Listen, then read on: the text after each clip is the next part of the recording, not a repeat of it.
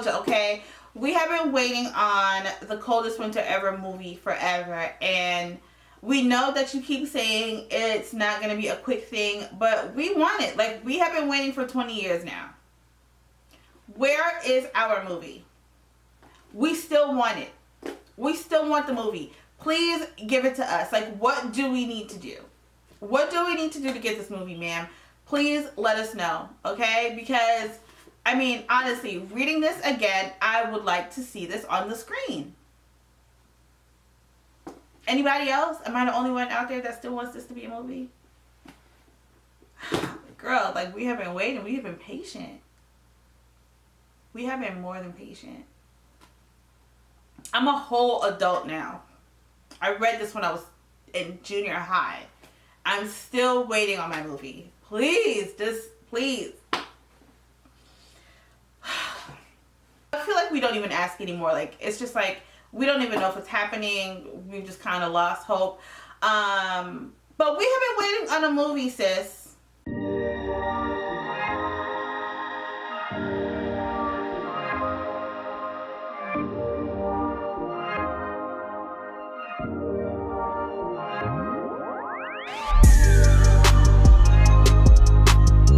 Hey everyone, I am Janelle and welcome to my YouTube channel all about books that I love.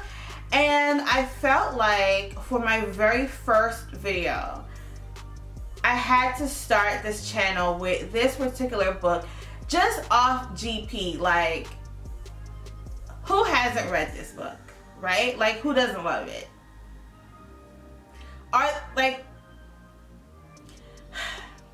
I just get so excited talking about it. So clearly you clicked on this video, you saw the title, so you know why we're here and you know what book we are going to be talking about today. And it is the urban fiction classic, The Coldest Winter Ever by Sister Souljah. Oh my God, you guys, this is like so good, so good, so good, so good. Okay, so I recently purchased like a ton of my favorite books that I loved growing up because I just wanted them to be a part of my library. Like, there are just certain books that I feel like always come up in, you know, conversations when I meet other women like myself who love to read. And, you know, there are like certain books that I feel like are just like part of our, like, our rite of passage. It's just part of our own stories. And one of those books is The Coldest Winter Ever. Like, I feel like if you grew up in the 99 and 2000s and you were into urban fiction, you absolutely read The Coldest Winter Ever, or you at least heard of it. It is just, I mean, my God, like, whenever I do meet someone who has never read it, I'm always like, what were you doing? Like, what were you doing in 99 or in year 2000 or any time after that you just haven't read this book? Like, we've all read it. Like, girl, like, we all fell in love with Midnight. We all wanted, you know, a little drug dealer boyfriend for like 3 minutes until we got to the end of the story. I feel like the people most likely to have read this are like millennial women of color in their like teenage years or like early 20s. I read this book in either the 7th or 8th grade because this came out in 99. So I was definitely in junior high for sure when I read this. So before I even get into this book, like I said, I went on a freaking like midnight shopping spree on Amazon because that's what I do whenever I do stay up late. I end up on Amazon and I order tons of books because I have no kind of self-control at that hour and no one is up to stop me. So a lot of times I order books and I go to sleep, I forget, and then like the next day like 8 books show up. If you're one of those people too, let me know. I'm a late night shopper for sure. Did I tell you to make sure you like and subscribe and comment and all those things? I just got so excited I jumped right into the book. So I got The Coldest Winter Ever, but then I was like, oh, I forgot there's like a whole entire series, right? So of course, like I mentioned, a bunch of us girls reading this fell in love with Midnight, and we'll get into who that is later on for those of you who haven't read. But after The Coldest Winter Ever is Midnight Story, which is the prequel to this. So there are actually two Midnight books. Midnight, a gangster love story, and I read this one recently.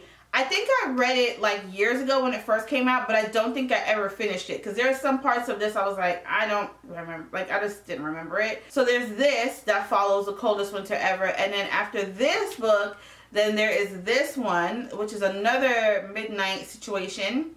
So this one picks up where this one leaves off. And then, so these are the prequels to Coldest Winter Ever, right? And then the sequel to Coldest Winter Ever is A Deeper Love Inside, which is Portia's story. So for those of you who have read The Coldest Winter Ever, you know Portia is one of Winter's sisters, and the last scene in Coldest Winter Ever is between Winter and Portia. This one I haven't read at all, so I'm really excited to read this one. So, as I said, I've read Coldest Winter Ever growing up. I recently read it again. Then I finished this one, and I am about halfway through this one, Midnight's second book, and then I'm going to be jumping into this. So, I am like on my Sister Souljah binge right now. I am totally loving it because, as I mentioned in my newbie tag, urban fiction is, I mean, that's my fave, and this was the book that really got me into urban fiction. Again, I was like 12 or 13 when I read this, and then I was like, oh, I want more of this. I want more. So in addition to buying all these Sister Souljah books, I also bought a bunch of Omar Tyree that night too. So I got like Fly Girl, I got For the Love of Money, and some other ones. If you've read Coldest Winter Ever, you probably read Fly Girl also. So if you love this, you are totally my people, okay? So now let's really hop into this, especially if you haven't read it. I'm just going to go ahead and read the back of the book in case you're not familiar, or maybe you read this back in 2000 and now you're like, it's been a gazillion years. I'm not really sure. But I feel like if you read this, you remember the story. You at least remember Midnight. Who doesn't? Okay, so ghetto-born, Winter is the young, wealthy daughter of a prominent Brooklyn drug-dealing family. Quick-witted, sexy, and business-minded, she knows and loves the streets like the curves of her own body. But when a cold winter wind blows her life in a direction she doesn't want to go, her street smarts and seductive skills are put to the test of a lifetime. Unwilling to lose, this ghetto girl will do anything to stay on top. So this is like the premise of this book. So Winter, my God. Okay. I need to like calm down and center myself so I know where to start, because I get very excited when I talk about this book. So I initially read this book a million years ago. I know I read it at least twice, but again, way back in the day. So when I bought it, I was like, I wonder if I'm still gonna love it as much as I loved it when I was a kid, you know, because again, this was the book that made me fall in love with urban fiction. I don't know if you've ever gone through that where you loved a book a few years ago or decades ago, and then you read it as an adult and it's like, or like, you know, certain movies, like there's some movies that I loved when I was a kid, but then like now I'm older and wiser, and I'm just like, oh, this is some nonsense. This is some nonsense. So I got a little bit nervous about reading it because I didn't want to ruin like the memories I have of this book, all the nostalgia surrounding this book in my life, where I was, what I was doing, who I was with. So I got a little bit nervous about reading it, but I have to tell you, 32-year-old me was just as excited to read this book as 12 or 13-year-old me. This book is phenomenal. I actually ran through this in like a day and a half, and I have a lot of things to do. But I made the time to read this book. I couldn't put it down. It was just as fun to read today as it was you know, back in 99, back in 2000, whenever it was I initially read this. Basically, as I kind of talked about a little bit earlier, Winter is this girl who grows up in this affluent lifestyle because her dad is a really big drug dealer. Eventually they kind of outgrow being in the hood, so they move out to Long Island, which I think is part of why I love this book so much growing up, because at the time I lived in Long Island and there were like different parts of her life that kind of reminded me of parts of my own life and parts of the lives of other people that I knew. So they move out there, and then basically, you know how it goes in like every drug dealer book, movie, whatever. Things get too hot, the police get involved, they come and take all your things. So, you know, she's used to living a certain kind of way. She's used to having attention from her father, from boys. And so when all of this happens, the house gets raided, everything gets taken away, and her sisters get split up. She's basically doing what she can to stay on top, to maintain the kind of life that she wants to live, her life she's accustomed to, really. And along the lines, there's also this boy that she is like very much infatuated with, and his name is Midnight, and he is like the one boy that is just not paying her any mind, and she cannot understand why that is. He doesn't let her in. He's very guarded. He's just like, I work for your dad and that is it. I'm just here to do what I gotta do to help you, and that's it. Like, he's not giving her any of the attention that she's used to, any of the attention that she wants. He's just like so powerful, and I think that's why, like, you know, as kids, like as young girls, we were all like, oh my god, Midnight, like we want a Midnight too. But I have to say that reading this for the first time in such a long time, I had forgotten how disgusting of a person Winter is. I mean, my goodness. I mean, and I get it. You know, she's doing what she has to do to survive, and when you're basically doing when you're in survival mode like that, you're gonna do whatever you feel like you need to do to protect yourself. You come first, right? So I get it, but like, my goodness, I'd forgotten about a lot of the situations she got herself into, a lot of the not so great things that she did. Some of the things she really didn't even have to do. But I guess she felt like it, you know, at the time. I guess she felt like there were just some things that needed to be done. But I mean, what a complex character. The cool thing about, if you purchase this these days, you'll probably get this collector's copy, which is what I have. And it has in the back of it so much extras from Sister Souljah, like her talking about why she decided to write the story, how she wrote the story, where she was when she wrote the story. Basically answering like top 10 questions that people have sent her over the years. She does character analysis in the back of the book as well. But what I really enjoyed was, hang on, where is it? Of course I want to be able to show it to you. So my favorite question that she answers in the back of the book is, what were you trying to achieve with this novel, The Coldest Winter Ever? So of course she answers this in many, many paragraphs, but I'm just going to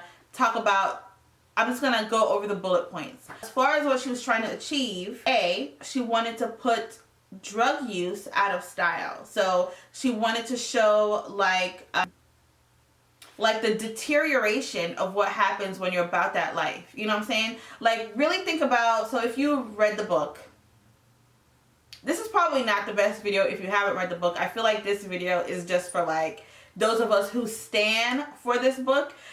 For example, showing like the decline of Winter's mom, like the way how Winter talks about her mom. Her mom is so beautiful, her dad, you know, dotes on her, she has everything, all of that, and by the end of the book, her mom is a crackhead. Her mom has her hair shaved off. She's like, you know, super skinny. She's wearing, you know, to the point where there are parts in the book where Winter sees her mom and basically avoids her because she's embarrassed of her mom. Her mom, who was basically like her idol at one point. You know what I'm saying?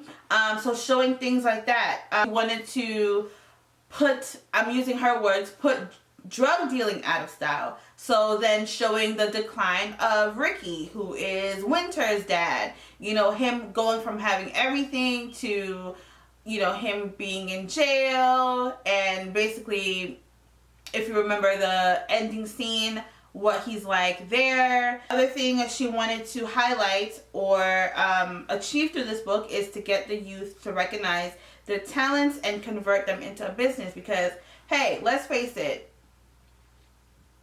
the same things that you are using to do things illegally, you can do it the legal way and make money that you can actually use. You know what I'm saying? The youth to use their time wisely, to recapture the black male identity. I felt like that was very interesting. And she goes on to explain how she achieved that through this book. She wanted to redesign the black female identity. She wanted to put the black family back together again. She wanted to expose how the American economy is fueled by drug dealing and drug money. I can't say enough good things about this book. I mean, like, I really, really want to get into it, but I don't want to completely spoil it for those of you who haven't read it. But for those of you who have, like, I would love to talk to you about this in the comments. Let me know, like, not just what your favorite part of the book is, but like, where were you when you first read this? How old were you? What were you going through? Like, tell me about your life when this book came into your life. I want to know that, because again, I just feel like this book is such, like, we all have so much nostalgia around it. You know what I mean? Like, I really feel like it's just part of, like, our rite of passage. Like, we just, it's just important. I don't know what else to say about it. Did you have a crush on Midnight too? Because we all had a crush on this character in this book. I don't know anyone who read this book who didn't. So if you did, let me know why. If you didn't, if you're one of those people who didn't have a crush on Midnight, why not? You know? What kind of turned you off about him that you were like, I'm not doing this? If you haven't read it, please just go ahead and get it. Go ahead and get it, please. Join me. And again, I had to start my channel off with this because this is the book that made me fall in love with urban fiction. And it is just, it's a classic. Gajillion copies have been sold, and I mean, to this day, I don't think I have any other urban fiction stories that I rank above this one. Like, this is still my fave. And like I said, there are 3 more books that are a part of this series. I'm done with this one, halfway done with this one now, and then I'm gonna read all about Portia's business in this last one. And of course, I'm going to go ahead and like get into these for you in case you want to keep following the story. I'm going to do these together, I'm sure, and talk about Midnight. Did y'all think this is what Midnight looked like? Like, when you read Coldest Winter Ever, is this how you pictured Midnight? Let me know, you guys. So many feelings around this book. So many feelings. I hope this video makes sense, because I feel like I just got so excited about it that I've been rambling. But I just think that it was very well done. And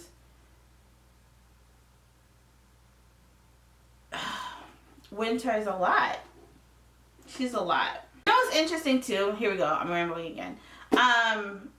I think at the time, because I was in Winter's age group, I didn't realize how grown the thing she was doing was.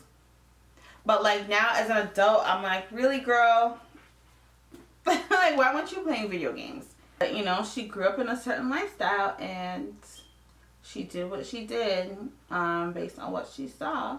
You know who I felt bad for? Well, no, because by the end they got that all squared away.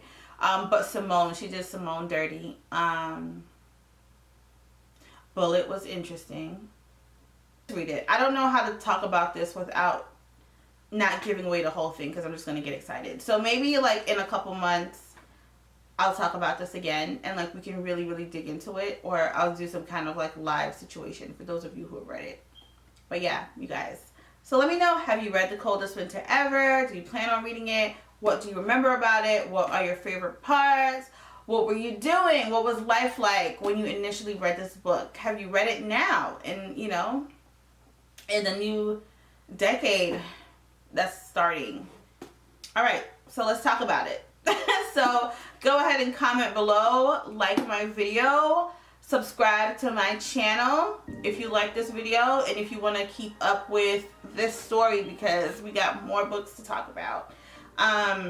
So if you want to, you know, be a part of the journey as I go through all these Sister Souljah books, make sure that you subscribe so that you don't miss the video. And you can also subscribe to my email list to make sure that you don't miss videos as well, because you know, things happen with technology. So I would suggest signing up for the email list as well. That way I can just email you and let you know, hey, I have a new video up, here's what it's about, let's talk about it. Okay, so until next time, you all, I'll see you soon, and thank you so much for watching today's video. Bye.